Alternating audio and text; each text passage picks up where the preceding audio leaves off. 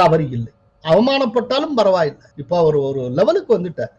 ராகுல் காந்தி கிட்டத்தட்ட இன்னொரு கேஜ்ரிவாலாக மாறிக்கொண்டிருக்கிறார். கேஜ்ரிவால் மான அவமானத்துக்கு கவலையே பட மாட்டார். அவர் எதற்கும் வெட்கப்பட்டதே கிடையாது. அதை நான் பல தடவை சொல்லியிருக்கேன். அவர் இன்னொரு கேஜ்ரிவாலாக ராகுல் காந்தி மாறிக்கொண்டிருக்கிறார். அவரை சொல்லியிருக்க பல்வேறு விஷயங்கள் காங்கிரசுடைய கடந்த கால விஷயங்களை தோண்டி எடுத்தால் இடிக்கக்கூடிய விஷயங்களாக இருக்கின்றன.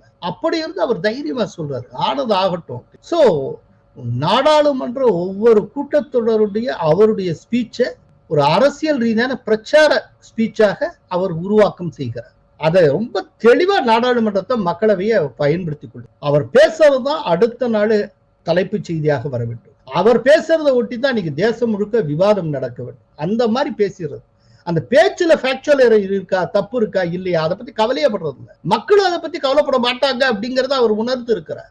இதுதான் இப்ப ராகுல் காந்தியோட ஸ்டைல்.